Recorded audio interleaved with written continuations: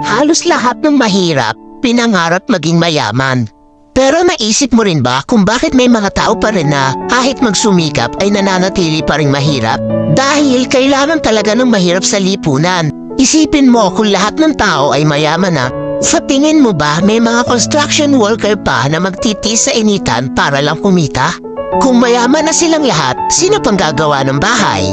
Yung mga magsasaka, kung lahat sila mayaman na, magbibilad pa ba sila sa araw para magsaka at magbungkal ng lupa? Kung hindi na, ano nang kakainin natin? Kung lahat tayo ay mayamang negosyante, sino pang magiging trabahador? Mas marami mang mahirap sa lipunan, pero sa totoo lang, sila ang higit na kapaki-pakinabang.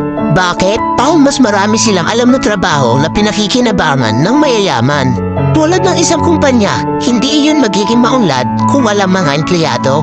Kahit na gaano kahirap ang trabaho sa isang kumpanya, kahit na masama pang ugali na nagpapatrabaho, di ba natitiis ng taong gipit? Lalo na kung may binubuhay na pamilya. At higit sa lahat, hindi mo makikita ang tunay na mapagbigay at matulungin sa kapwa kung walang mahirap na tinutulungan.